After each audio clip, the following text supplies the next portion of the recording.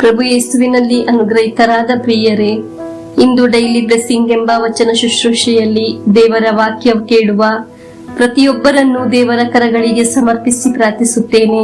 ಪ್ರಭುವೇ, ನಿಮ್ಮ ವಾಕ್ಯವನ್ನು ಆಲಿಸುವ ಒಬ್ಬೊಬ್ಬರನ್ನು ಇಂದು ನೀವು ಸ್ಪರ್ಶಿಸಿರಿ. ಒಬ್ಬೊಬ್ಬ ವ್ಯಕ್ತಿಯನ್ನು ಅನುಗ್ರಹಿಸಿರಿ. ಅವರು ಹಾದು ಹೋಗುವ ದಾರಿಯಲ್ಲಿ ಅವರಾಗಿರುವ ಅವಸ್ಥೆಯಿಂದ ಒಂದು ಅದ್ಭುತ ಅನುಭವಿಸಲು, ಒಂದು ಸೂಚಕ ಕಾರ್ಯ ಕಾಣಲು, ಒಂದು ದೇವರ ಕಾರ್ಯ ಕಾಣಲು ಅನುಗ್ರಹಿಸಿರಿ.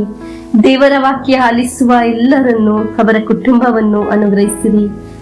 ದೇವರ ವಾಕ್ಯ ನೀವು ಯಾರೆಲ್ಲ ಕೇಳುತ್ತೀರೋ ಅವರೆಲ್ಲ ಜೀವನದಲ್ಲಿ ಒಂದು ದೇವರ ಅನುಭವ ಉಂಟಾಗಲಿ ಎಂದು ಪ್ರಾರ್ಥಿಸುತ್ತೇನೆ. ನಿರೀಕ್ಷೆಯಿಂದ, ಪ್ರಾರ್ಥನೆಯಿಂದ ಮನಸ್ಸನ್ನು ಸಿದ್ಧಪಡಿಸಿಕೊಂಡು ದೇವರ ವಾಕ್ಯವನ್ನು ಆಲಿಸೋಣ. ಇಂದಿನ ದೇವರ ವಾಕ್ಯ ಮಾರ್ಕನು ಬರೆದ ಶುಭ ಸಂದೇಶ 1ನೇ ಅಧ್ಯಾಯ 40, 41, 42 ವಾಕ್ಯಗಳು. ವಾಕ್ಯ ಇಂತಿದೆ, ಆಲಿಸೋಣ. ಒಮ್ಮೆ ಕುಷ್ಠರೋಗಿಯೊಬ್ಬನು ಯೇಸುಸ್ವಾಮಿಯ ಬಳಿಗೆ ಬಂದು ಮೊಣಕಾಲೂರಿ, ತಾವು ಮನಸ್ಸು ಮಾಡಿದ್ದಲ್ಲಿ ನನ್ನನ್ನು ಗುಣ ಮಾಡಬಲ್ಲಿರಿ ಎಂದು ದೈನ್ಯದಿಂದ ಬೇಡಿಕೊಂಡನು. ಯೇಸುವಿನ ಮನ ಕರಗಿತು.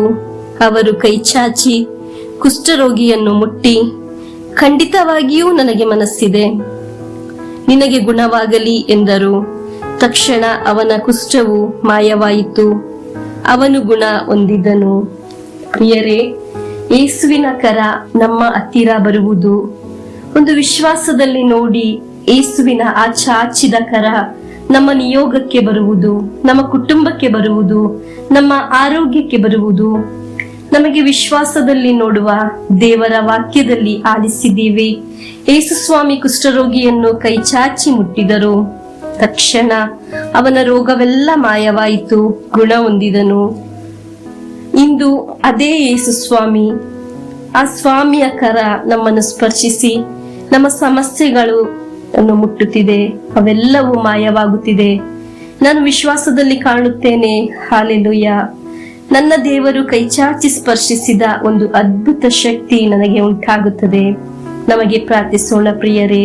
ಪ್ರಭುವೇ, ನಮ್ಮ ಒಂದೊಂದು ಅವಶ್ಯಕತೆಯ ಮೇಲೆಯೂ, ನಮ್ಮ ಒಂದೊಂದು ನಿಯೋಗದ ಮೇಲೆಯೂ ನೀವು ಕರಚಾಚಿ ಸ್ಪರ್ಶಿಸಿದ ಅನುಭವ ಉಂಟಾಗಲಿ. ನಿಮ್ಮ ಸ್ಪರ್ಶ ನಮ್ಮ ಜೀವನದಲ್ಲಿ ಇರುವ ಎಲ್ಲ ಸಮಸ್ಯೆಗಳು, ಪರಿಸ್ಥಿತಿಗಳಿಗೆ ಒಂದು ಅದ್ಭುತ ಬಿಡುಗಡೆಯನ್ನು ಉಂಟು ಮಾಡಲಿ. ಇಂದು ದೇವರ ವಾಕ್ಯ ಆಲಿಸುವಾಗ ದೇವರ ಕರ ನಮ್ಮಲ್ಲಿಗೆ ಕೈಚಾಚಿ ಬರುವುದು ನಮಗೆ ಗೊತ್ತು ಆಗುತ್ತದೆ.